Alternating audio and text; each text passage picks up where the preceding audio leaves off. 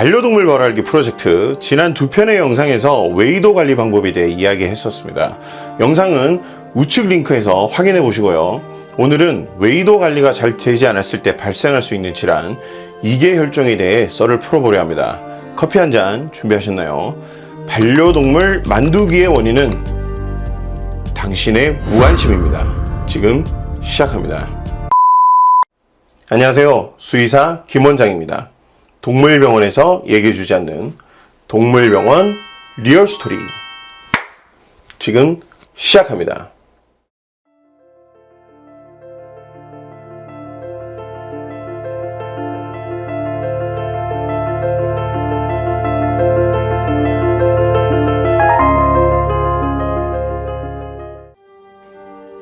지난달 반려동물의 기가 소세지처럼 부풀어 올랐다며 내원한 아이가 있었습니다.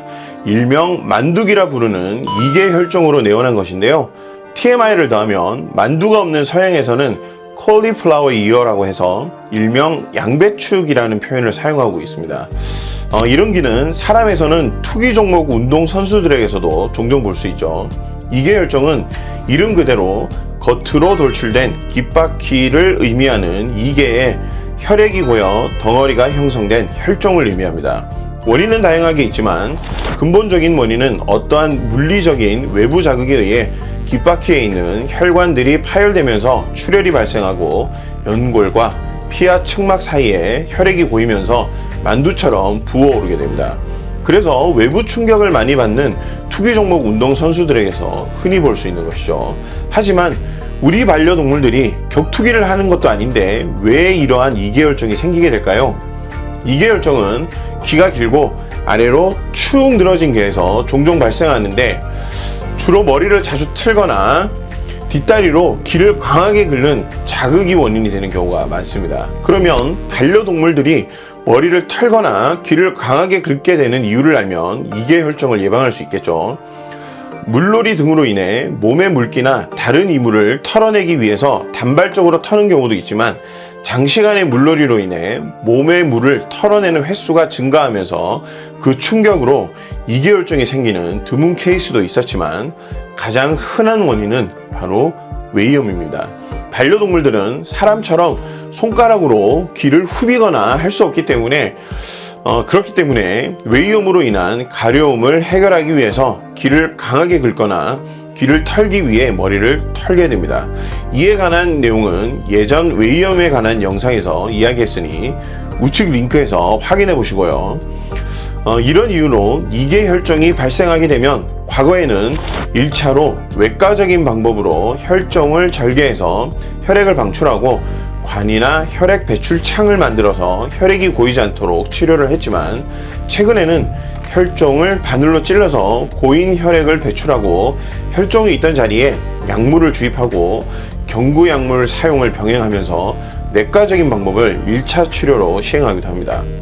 저의 경우 운이 좋게도 대부분 케이스가 내과 치료만으로 해결되었지만 간혹 외상의 정도가 심하거나 내과 치료 중에도 관리가 되지 않아 지속적으로 귀를 털어 충격이 가해지면서 외과적인 방법으로 혈종을 제거하고 압박하여 치료하는 경우도 있습니다.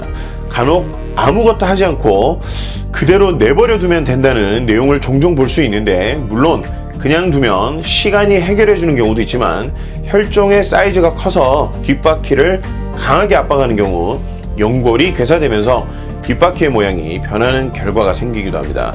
그리고 단순히 모양만 바뀐다고 생각하시면 큰 오산이에요. 이건 우리 반려동물들을 고통에 방치하는 학대라는 걸 아셔야 합니다.